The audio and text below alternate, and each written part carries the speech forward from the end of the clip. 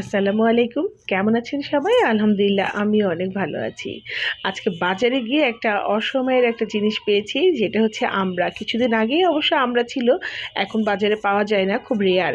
তো আমার চোখে আজকে পড়েছে, আমি আজকে আমড়া ২ কেজি আমড়া কিনে নিয়ে এসে একদম রান্নায় বসিয়ে দিলাম।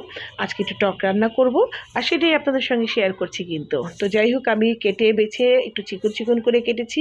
কেটে এর ভিতরে ১ চা চামচ হলুদের গুঁড়ো, ১ চা চামচ মানে মরিচের গুঁড়ো, আর ১ চা চামচ ধনিয়া গুঁড়ো, আর স্বাদ মতো লবণ দিয়ে ভালো করে প্রেসার কুকারের ঢাকনাটা লাগিয়ে ব্যাস সিদ্ধই বসিয়ে দিলাম।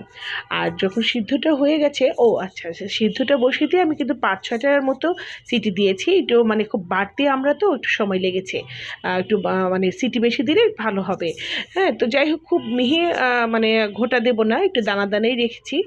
আর ঘোটা হয়ে গেছে, এখন আমি কড়াইতে সামান্য একটু মানে সাদা তেল দিয়েছি, আর ফোড়নে দিয়ে দিলাম ১ চা চামচ কালো সরিষা, আর ২টো শুকনো মরিচ দিয়ে খুব ভালো একটা গন্ধ বেরিয়েছিল। তখনই কিন্তু আমি এর ভিতরে সিদ্ধ করে রাখা এই আমড়াটা মানে দিয়ে দিলাম। হ্যাঁ, তো যাই হোক, এইটা দিয়ে এখন আমি এর ভিতরে একটু মানে স্বাদ মতো একটু চিনিও দিয়েছি। তো আমি খুবই দুঃখিত, কারণ আমার বরাবরের মতো ওই যে ভিডিও করতে মানে অন করতে ভুলে গিয়েছিলাম, ওইটা আসলে দেখাতে পাইনি। তো ওইটা আসলে আমি মুখেই বলে দিলাম।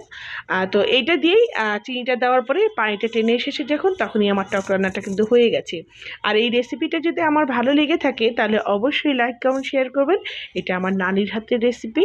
আমার জন্য দোয়া করবেন। আল্লাহ হাফেজ।